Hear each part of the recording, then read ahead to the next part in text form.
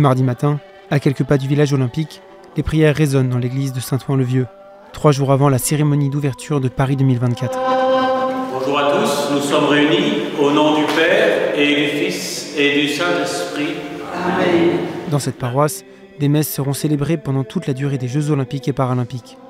Les célébrations seront assurées par les aumôniers catholiques, chargés de soutenir spirituellement les athlètes et les supporters. On va avoir la chance d'accueillir dans cette église des messes, à la fois le matin, le soir, en français, et puis dans plusieurs langues, suivant les demandes des athlètes, puisque le village est juste à côté. Donc voilà un petit peu notre mission. L'équipe des aumôniers catholiques est coordonnée par le père Jason Nyoka, prêtre du diocèse de Meaux. Nous savons que les athlètes arriveront au fur et à mesure des jours, des compétitions. Certains viendront aux différents horaires de messe. Donc le plus important, c'est bien de voir qu'il y a ce moment privilégié avec le Christ, où nous nous nourrissons par l'Eucharistie, et les athlètes sont présents, soit dans notre cœur, ou viendront. Donc c'est une manière pour nous de prier pour les athlètes, prier aussi pour notre pays qui accueille ces Jeux, et pour pouvoir confier tout ça au Seigneur. Ce temps de Jeux olympiques qui vont commencer, le Christ nous appelle à dépasser nos propres particularités, en nous rappelant qu'il nous appelle tous et pas seulement quelques-uns. Pour l'heure, le nombre de visiteurs reste limité. Le village olympique vient tout juste d'ouvrir ses portes et les athlètes commencent à peine à arriver. On espère que les athlètes puissent connaître cette proposition et puissent venir en profiter pour se ressourcer, venir prendre la force auprès de Dieu et qu'ils puissent se donner.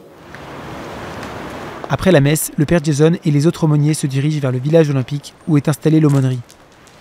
Tout au long des Jeux, ils seront présents pour accompagner les athlètes aux côtés de représentants d'autres religions. Il y a des Nouveaux Testaments disponibles en français et en anglais pour les athlètes qui veulent ou membres de leur staff disponibles.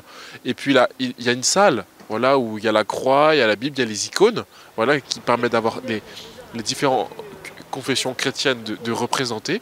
Et tout simplement, quand un athlète vient, un des aumôniers l'accueille et puis peut commencer un échange ou lui indiquer en fonction de ce qu'il veut et ce qu'il demande.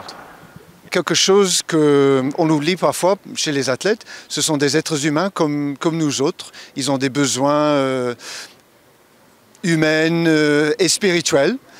Et ici au village, on essaie de répondre à ces besoins à notre manière, en proposant un service à tous les athlètes et les autres membres des équipes. Par exemple, l'autre jour, quand j'étais là pour ma première permanence au village, on a rencontré des gens du Canada, du Brésil, de la Nouvelle-Zélande, de la Croatie. Et on a tous quelque chose d'humain en commun, mais aussi on a, je pense, une vie spirituelle qui est partagée par tous.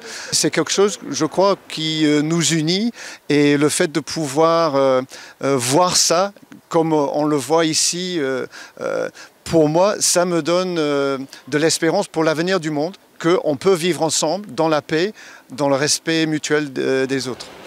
Au total, ce sont près de 40 aumôniers qui seront mobilisés, ainsi que 35 paroisses d'Île-de-France qui ouvriront leurs portes à tous les visiteurs, dans le cadre d'Holy Games, le programme de l'Église catholique pour les Jeux de Paris 2024.